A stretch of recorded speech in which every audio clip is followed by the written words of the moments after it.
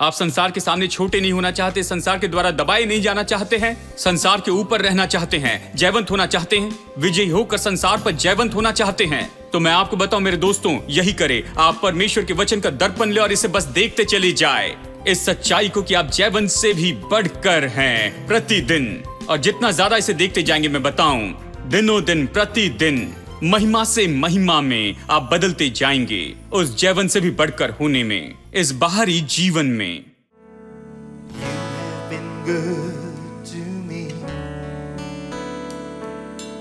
You have been good to me. You have been faithful. You have been gracious, meeting my needs. Lord, it's so plain to see. You have been good to me. I have been given so much I can't even begin to thank you. And still I believe there is more. I believe there is more. I believe. So I open my hands to receive all that your love has in store. And still I believe there is more. I believe there is more. I believe.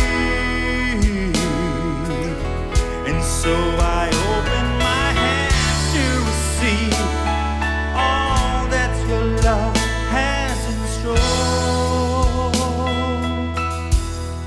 And Lord, I believe.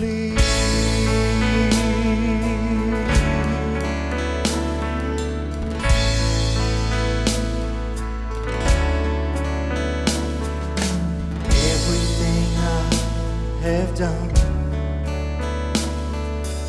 all that I've said and sung, lifting your story, giving you glory. It's just the beginning. Father, I know there is more, power to heal and restore, miracle wonders, blessings unnumbered, love never ended. And still I believe there is more. I believe there is more. And I believe. And so I open my hands to receive all that your love has in store. Still I believe there is more. I believe there is more. I believe. So I open my hands to receive all that your love has in store. And Lord, I believe exceedingly abundantly,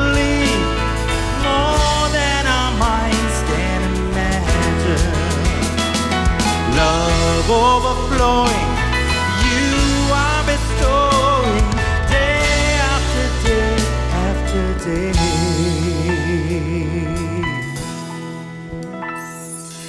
You have been good to me. You have been good to me. Yes. You have been faithful. You have been faithful, meeting my needs. Lord, it's so plain to see. You have been good to me. I have been given so much I can't even begin to thank you. And still I believe there is more. I believe there is more. I believe. So I open my hands to receive all that your love has in store. And still I believe there is more. I believe there is more. I believe. And so I open my hands to receive all that your love has in store. Lord, I believe.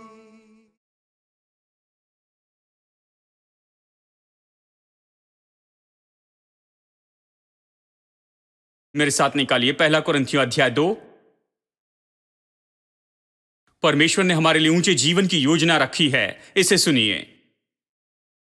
पहला कुरिन्थियों अध्याय 2 वचन 9 पर जैसा लिखा है, जो बातें आंखों ने नहीं देखी और कान ने नहीं सुनी और जो बातें मनुष्य के चित्त में नहीं चढ़ी, वे ही हैं जो परमेश्वर ने अपने प्रेम रखने वालों के लिए तैयार की हैं। यह अद्भुत है, परमेश्वर ने हमारे लिए तैयार की हैं अद्भुत चीजों को, जिसे आंखों ने नहीं देखा, कान ने नहीं सुना और मनुष्य के चित्त में यह कभी नहीं उतरा। परमेश्वर ने आपकी कल्पना से कुछ परे ही आपके लिए तैयार करके रखा है। हाँ, जब ये कहता है, बाइबल कहती है कि कैसे परमेश्वर ने इस्राएली लोगों को दूध और मधु के देश में जब वो लेकर गया, वचन कहता है वो उन्हें लेकर गया दूध और मधु के सबसे उत्तम देश में। केवल दूध और मधु के देश में नहीं ले गया, उसने जाकर देखा कि दूध और मधु के देश में सबसे उत्तम क्या है। परमेश्वर सबसे उत्तम चाहता है, उससे निचले स्तर का उत्तम नहीं, वो सबसे उत्तम तैयार करता है। बहुत से लोग इसे नहीं समझते, वो सोचते हैं परमेश्वर कुछ हल्का देता है और शैतान अच्छी चीजें देता है, लेकिन ये तो उल्टा ही है। परमेश्वर इतनी अच्छी चीज आपको देता है, आप इसके बारे में कभी कल्पना नहीं कर सकते हैं। परमेश्वर ने आपके लिए और मेरे लिए जगत की उत्पत्ति के पहले से तैयार किया है ऐसा जीवन जो कि बहुत उत्तम है, जिसकी आप कल्पना नहीं कर सकते, जिसके आप योग्य नहीं। जीवन में प्रभु ने यह तैयार किया है और आंखों ने नहीं देखा, कान ने नहीं सुना और किसी मनुष्य के चित्त में यह बात नहीं उतरी। वचन 10, परंतु परमेश्वर ने उनको अपने आत्मा के द्वारा हम पर प्रकट किया। देखिए, परमेश्वर ने केवल तैयार ही नहीं किया इस अद्भुत जीवन को, वो साथ ही उसमें हमारी अगुवाई करता है।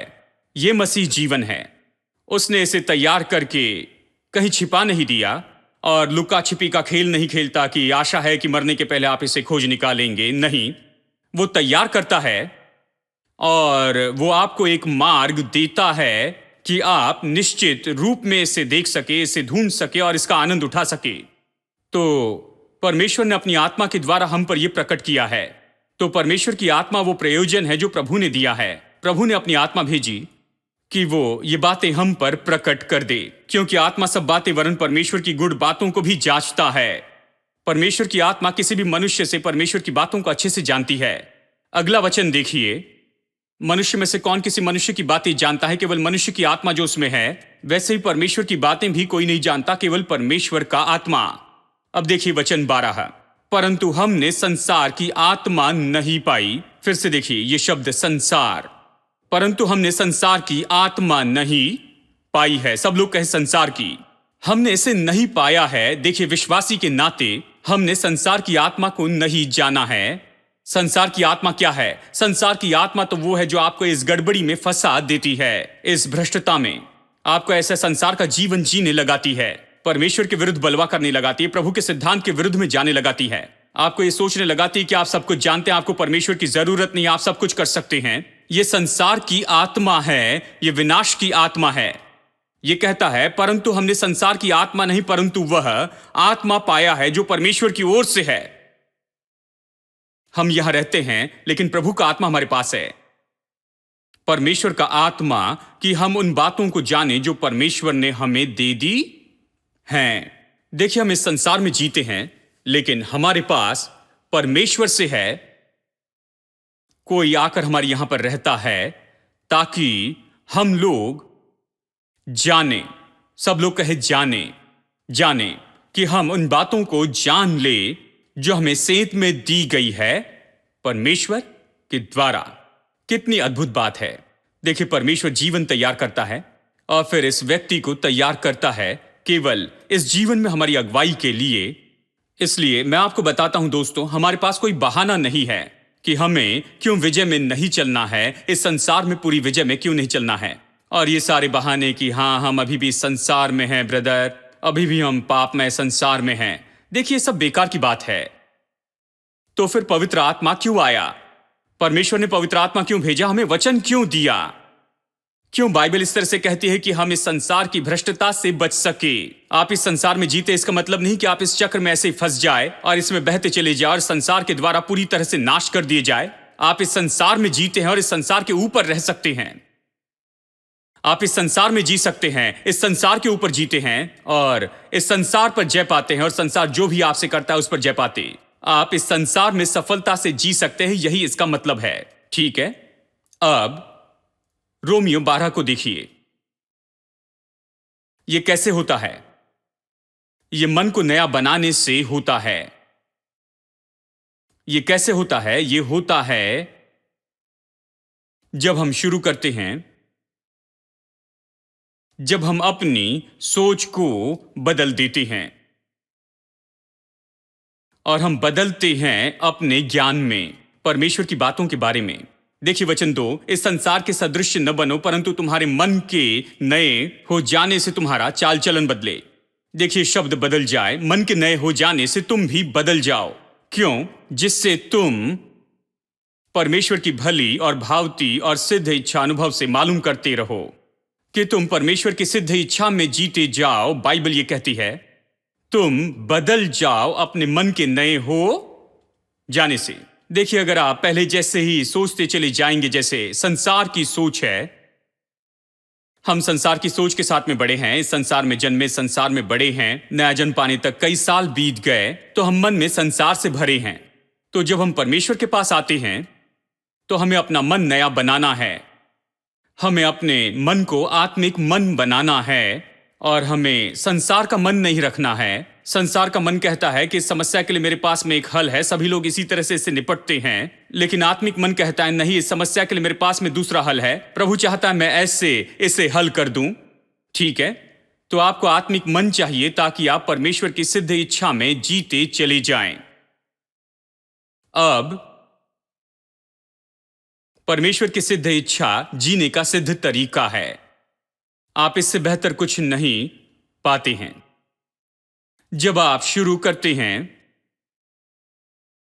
कि परमेश्वर को सही तरीके से समझे, जब आप शुरू करते हैं कि अपने अंदर में सही विचार लेते जाएं, तो क्या होता है? देखिए वहां पर एक बड़ा बदलाव होता है। आपकी नई सोच के कारण आपके भीतर में यहां पर बड़ा बदलाव होता है जो बाहर में सफलता का जीवन लेकर आता है। प्रभु ऐसे काम करता है। हम प्रभु को सहयोग देते हैं, परमेश्वर ने पवित्र आत्मा भेजा है, परमेश्वर ने वचन भेजा है, वचन वहां जाना चाहिए, वचन ने हमें भरना चाहिए, वचन ने हमारे मन को भरना चाहिए, सारी पुरानी गंदगी से साफ करना चाहिए और इसे भरना है नई चीजों से। ये पूरी तरह से नया बन जाए और पूरी तरह से नया हो जाए, सारी बुरी बातों से साफ हो, गलत मार्गों से साफ हो जाए कि परमेश्वर के मार्ग हमारे मार्ग हो जाएं। जब इसे करते हैं तो मैं आपको बताऊं, आप अलग व्यक्ति होगे। ये बहुत ही महत्वपूर्ण बात है। यहां प्राण में देखिए बुद्धिमत्ता, भावना और इच्छा जुड़ी है, और इच्छा तो इतनी महत्वपूर्ण बात है, इच्छा के बिना आप कहीं नहीं जा सकते। मैं सच्चाई को जान सकता हूं, लेकिन केवल जब मैं अपनी इच्छा से सच्चाई स्वीकार करता तो उद्धार पा सकता हूं। मैं सच्चाई जान सकता हूं कि यीशु उद्धारक है, लेकिन मुझे अपनी इच्छा से निर्णय लेना है कि यीशु को अपना उद्धारकर्ता बनाऊं। मुझे इच्छा का उपयोग करके निर्णय लेना है कि यीशु को अपना उद्धारक बनाऊं ताकि मैं उद्धार पाऊं। सच्चाई जानना काफी नहीं, लेकिन मुझे इस योग्य होना है, इच्छा से काम करूं। तो परमेश्वर इसमें दिलचस्पी लेता है। ये क्षेत्र जिसे कहते हैं मन, भावना और इच्छाएं, जो हमारे प्राण का भाग है, इसे बदलना चाहता है कि हम सिद्ध इच्छा में चलते जाएं, कि हम विजय में चलते जाएं। चाहे हम इस संसार में रहे, लेकिन फिर भी इस संसार के द्वारा बर्बाद नहीं होंगे, इसके द्वारा नाश नहीं होंगे। हम भीतर से बाहर जीते हैं, यानी हम तो बदले हैं भीतर से। इस बदलाव के द्वारा, ये बदलाव शब्द आता है मेटामॉर्फोसिस शब्द से। मेटामॉर्फोसिस ये शब्द उपयोग होता है कि कैसे एक तितली बन जाती है, जानते हैं, उससे एक ककून से, जानते हैं। ये पूरी क्रिया कि कैसे एक तितली बनती है, इस पूरी क्रिया को मेटाफोरसिस कहते हैं। ये शब्द यहां उपयोग हुआ और दो जगह पर इसका उपयोग हुआ है। इसका यह अर्थ है, अगर आप इसे समझते हैं कि इसका क्या मतलब है, तो ये सच में आपकी मदद करेगा। दूसरी जगह जहां इसका उपयोग हुआ, जहां पर यीशु उस परिवर्तन के पहाड़ के ऊपर था और उसका रूपांतरण हुआ, 3 चेले पतरस, याकूब और यूहन्ना के सामने। अचानक उन्होंने यीशु को देखा और उसे उसकी पूरी महिमा में देखा। लेकिन वो इससे पहले ऐसा क्यों नहीं देख सके? क्योंकि वो तो शरीर का वस्त्र पहने था। उसका शरीर भीतर की महिमा को ढाक रहा था। वो जो भीतर में था उसे बाहरी रूप में नहीं देख पाए। वो सामान्य मनुष्य जैसे दिखता था, तो उसे परमेश्वर के पुत्र के जैसे नहीं देखा। परमेश्वर का महिमा में अनंत काल का पुत्र नहीं देखा। और उस पहाड़ पर कुछ हुआ, जो कुछ भी भीतर में था वो सब दिखने लग गया, वो चमकने लग गया। परमेश्वर ने उसे खोल दिया, पर्दे को हटाया, उसे चमकने दिया कि ये लोग देख सके। तीसरी जगह जहां पर इसका उपयोग हुआ, दूसरा कुरिन्थियों में, मैं इसे पढ़कर संदेश खत्म करूंगा। दूसरा कुरिन्थियों, और ये हमारे बारे में है। दूसरा कुरिन्थियों अध्याय 3, चलिए वचन 17-18 पढ़ते हैं। प्रभु तो आत्मा है, और जहां कहां प्रभु का आत्मा है वहां स्वतंत्रता है। परंतु जब हम सबके उघाड़े चेहरे से प्रभु का प्रताप इस प्रकार प्रकट होता है, जिस प्रकार दर्पण में। देखिए, अब ये क्या है, परमेश्वर की महिमा को दर्पण में देखना। मेरे पास में समय नहीं कि इस पूरे संदर्भ को पढ़ूं। अगर आप इस संदर्भ को पढ़ते हैं तो ये प्रभु वचन के बारे में कहता है। परमेश्वर का वचन जो हमारे हाथों में है, ये आईने जैसे है। शीशा, यहां पर सच में इसका मतलब है आईना। तो ये कहता है, उघाड़े चेहरे से प्रभु का प्रताप इस प्रकार प्रकट होता है, जिस प्रकार दर्पण में। कहिए, मेरे हाथों में अगर कोई आईना है, मैं उसमें देखता हूं तो क्या देखूंगा? मैं अपने चेहरे को देखूंगा, ठीक है। आईने का इसलिए उपयोग होता है ताकि आप आईने में देखें। जो भी आईने में देखता है उसी का चेहरा आपको आईने में दिखता है। लेकिन ये तो आत्मिक आईना है। परमेश्वर का वचन आत्मिक आईना है। तो आप इस चेहरे को नहीं देखते हैं, आप अपने भीतरी व्यक्तित्व को देखते हैं, असली चेहरे को, कि सच में आप कौन हैं। क्या आपने देखा है कि आप सच में कौन हैं? तो आपको इस आईने में देखना है।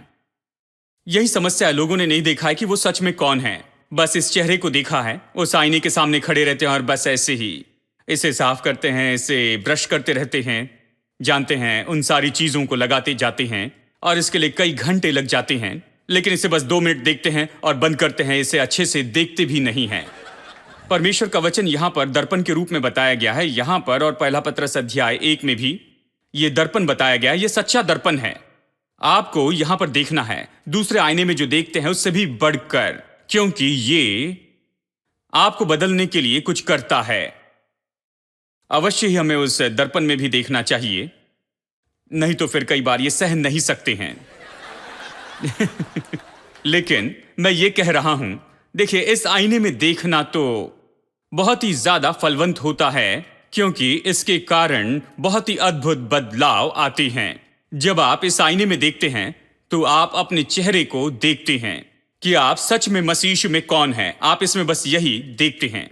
आप क्या देखते हैं? ये कहता है, हम दर्पण में परमेश्वर की महिमा को देखते हैं। ये नहीं कहता कि आप खुद को देखते हैं जैसे आप मसीह में हैं। नहीं, ये कहता है आप परमेश्वर की महिमा को देखते हैं। ये ऐसा क्यों कहता है? क्योंकि आप तो मसीह यीशु में बस यही तो हैं। जब आप सच में अपने आप को अपने भीतर में देखते हैं तो आप परमेश्वर की महिमा को देखते हैं। यह कितना अलग चित्र है जो उन्होंने हमें बताया कि तुम तो बहुत ही गंदे पापी हो, अच्छे नहीं हो, बेकार हो। मैं इन सब पर विश्वास करता था, लेकिन जब मैंने इस दर्पण में देखना शुरू किया तो इस दर्पण ने मुझे बताना शुरू कर दिया, मैं तो परमेश्वर की महिमा से भरा हुआ हूं, मैं नई सृष्टि हूं। मैंने नया जन्म पाया, पुरानी बातें बीत गई, सारी बातें नई हो गई है। मैंने सच में इसे नहीं देखा जब तक कि मैंने यहां पर इस दर्पण में नहीं देखा।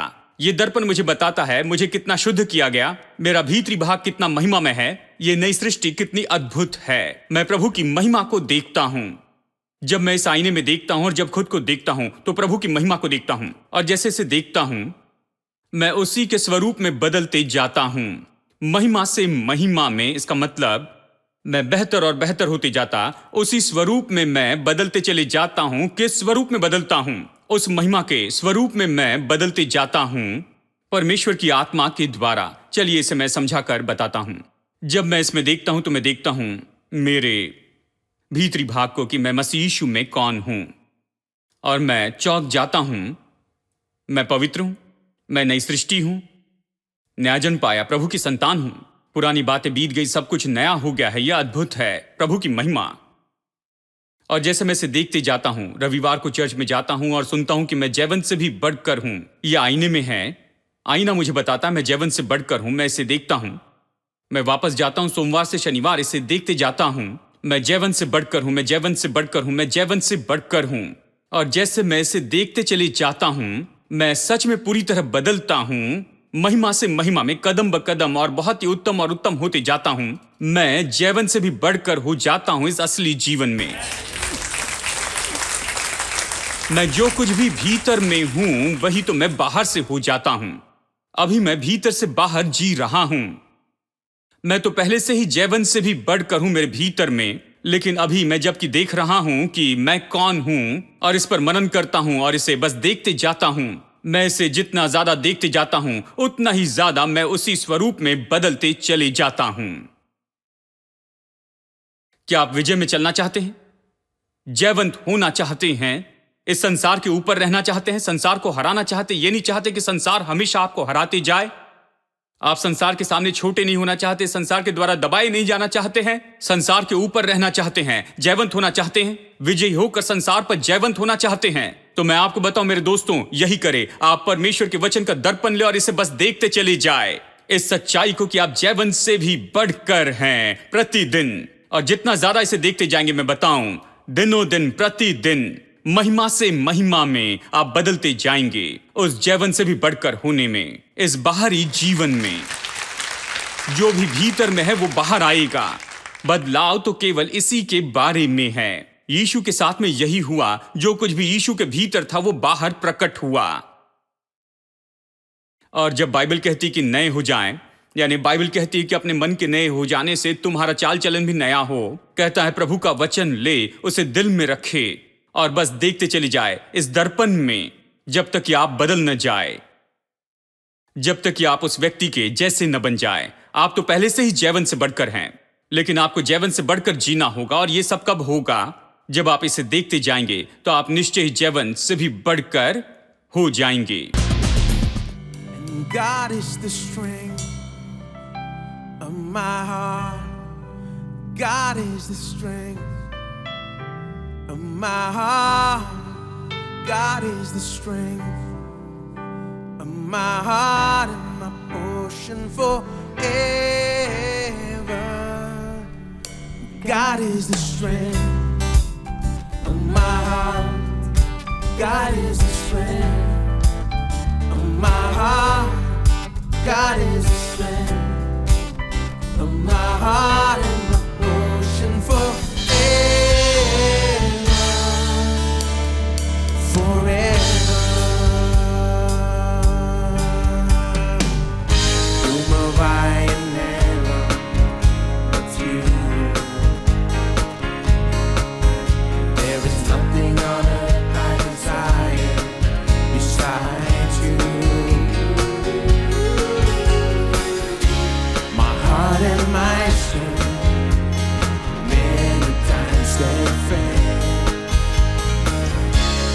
There is one truth that always will prevail.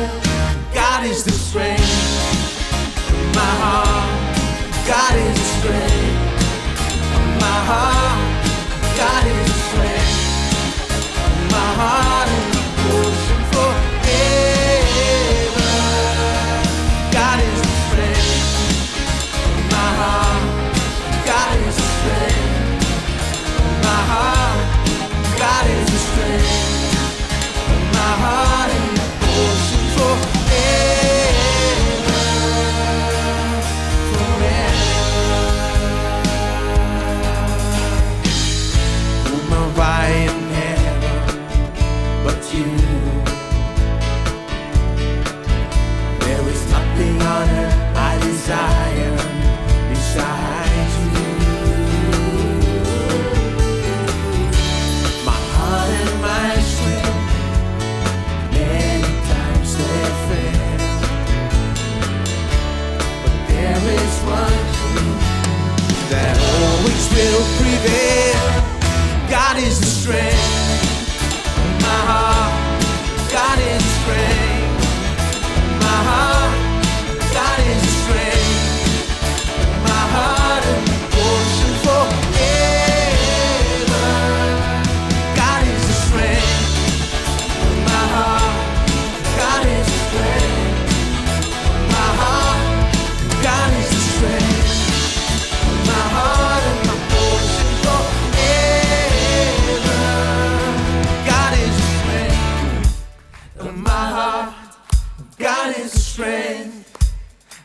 my heart. God is the strength of my heart and my portion forever. Everybody, God is the strength of my heart. God is the strength of my heart. God is the strength of my heart and my portion forever.